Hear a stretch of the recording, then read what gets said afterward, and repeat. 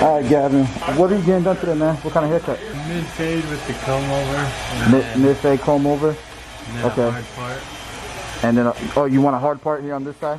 Yes, okay. And do you like it disconnected or do you like it to connect? So I haven't gotten a haircut for like 2 months now, so okay. Disconnected. So disconnected is fine? Okay. And on the sides, you want it bald fade? Bald to like a 1.5. Okay, cool. I forgot to ask you, did you want anything off the top? 2 to 3 inches. About 2 to 3 inches off the top? That's quite a bit.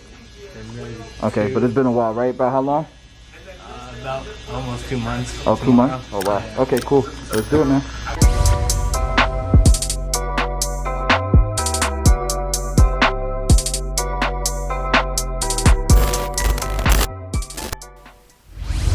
What's going on, YouTube? How's everybody doing? Today we are going to do an undercut, pretty much. He still combs it over and he still needs some length off. It's been about 2 months, he said, and he wanted about 1 inch to 2 inches. So we're gonna do somewhere around that range. In some spots it's gonna look like 2 inches. In some areas it might look like just 1 inch. What I'm focusing more so is on the shape, and we're cutting everything squared.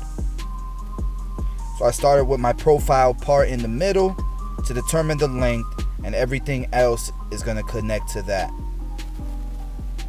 It's our guide.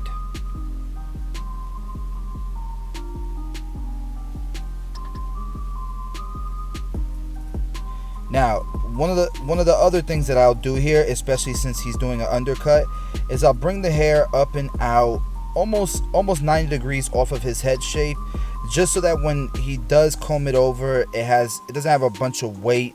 It's a little bit layered, you know what I mean, when it falls, and it's just going to be easier to control that way, I feel.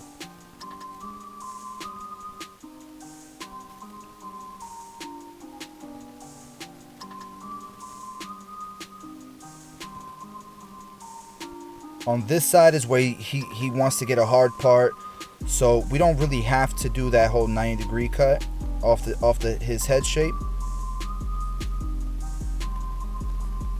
But on this side, I feel like you should definitely do it just so that it falls nicer, especially since it's going to be disconnected, and in the back as well.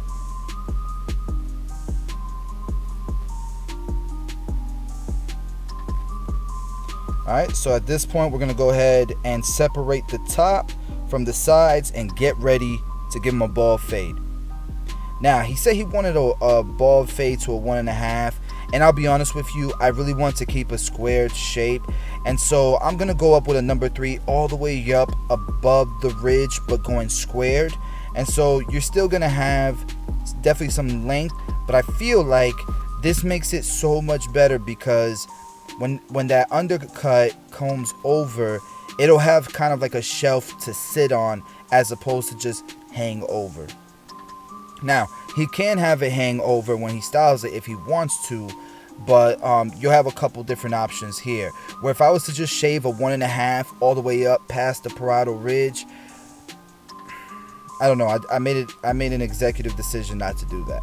Where most of the side is going to be a 1.5 to a bald fade though. So just trust me on this, guys. So we're going to go ahead and do the bald line. And I love his hair color. Usually his hair color can be very gradient, but if you go to a 1.5, it's not going to be so gradient, right? So we're gonna do our basic fade system. At this point, we know we are fading to a number 3. We have a bald line. Now we have the blade open, creating another guideline. And above this section, we'll do the 1 guard all the way open. And at this point, you can make whatever decision you want to do. If you want to fade down, if you want to fade up, it's up to you. These guidelines are just there to keep you organized.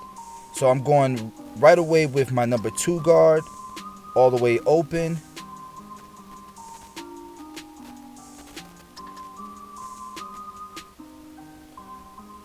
And I'm going to my 1.5 guard all the way open. And with both guards we just used, we're closing it little by little until the clipper's all the way closed. And you can see All the way up to pretty much the parietal ridge is a 1.5 guard. Just above it, we kept it squared. All right, underneath that, we're gonna do that 1 guard all the way open. Beneath that, we'll do our half guard all the way open, closing it little by little, and this guard should take away that first guideline. And you can see the fade coming together now.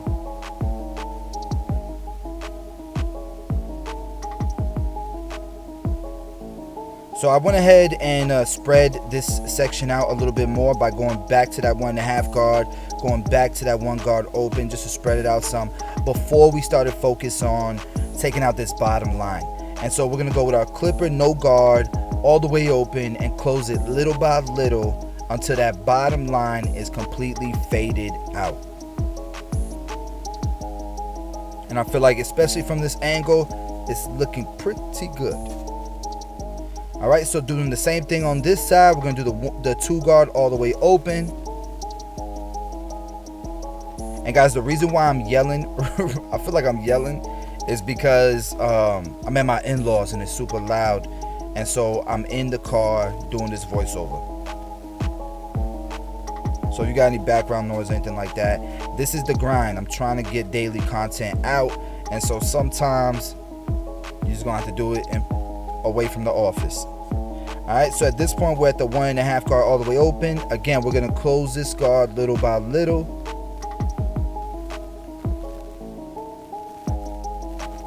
Beneath that, we got the 1 guard all the way open.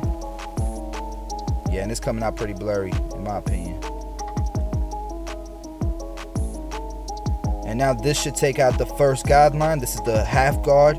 You can start all the way open. Typically, I'll start anywhere from all the way open to the half guard. The reason why I've been doing this lately, guys, is because 95%, I would say even higher than that, of the clients you see in my chair are first-time haircuts. So the last tutorial you saw, that was the first time I cut his hair. Most of the tutorials that you're gonna see are first-time customers, and so I'm also learning their hair as I'm cutting it. So sometimes I take a safer route as opposed to like skipping guards or something like that. I'll take the safer route because I just want to make sure that the customer's getting a good haircut. But there are techniques, you know, the second or third time I cut his hair, for example, there's techniques that I could use that I probably wouldn't use the first cut because I'm learning his hair. Hopefully that makes sense. All right, and now we're gonna go ahead and fade out the back, making sure that the sides flow nicely into the back. But we're doing the same steps here. So we got the 1 guard, it's all the way open. We did the half guard, and now we're doing the blade all the way open, closing it little by little until that bottom line is gone.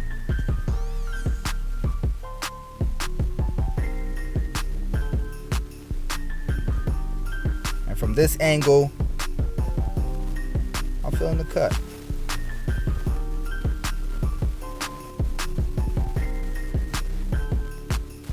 From this angle is definitely, it was definitely blurry. We're good. We're back.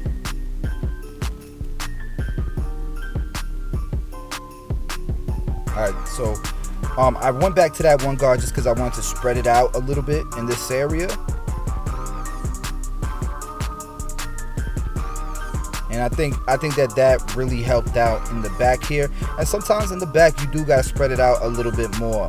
But I typically wait till the detailing portion to spread the back out, because on some people you don't have to. All right, and now we're doing a little bit of clip over comb just to refine the shape. Finalizing with the shaver here at the bottom, which is super important in my opinion.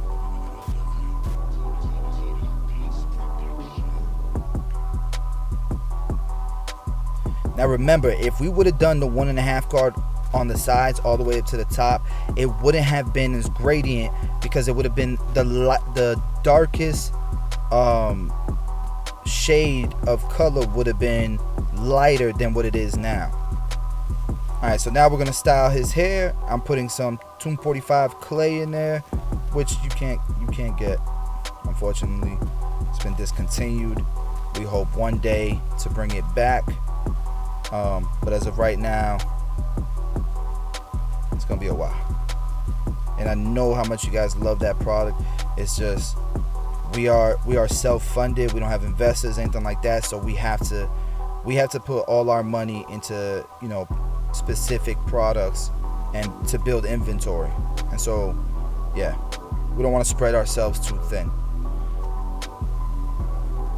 All right, remember, he wanted a hard part here, so we're gonna give him a hard part, and I'm being very careful not to make it too wide, literally just tapping this line in.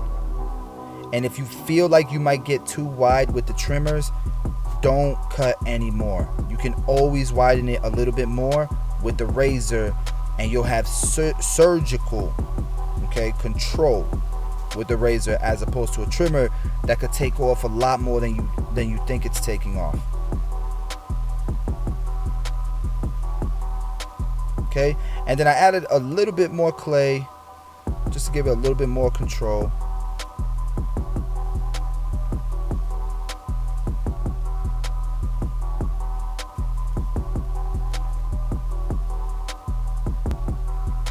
Alright guys, so this is the before. Now look at the after.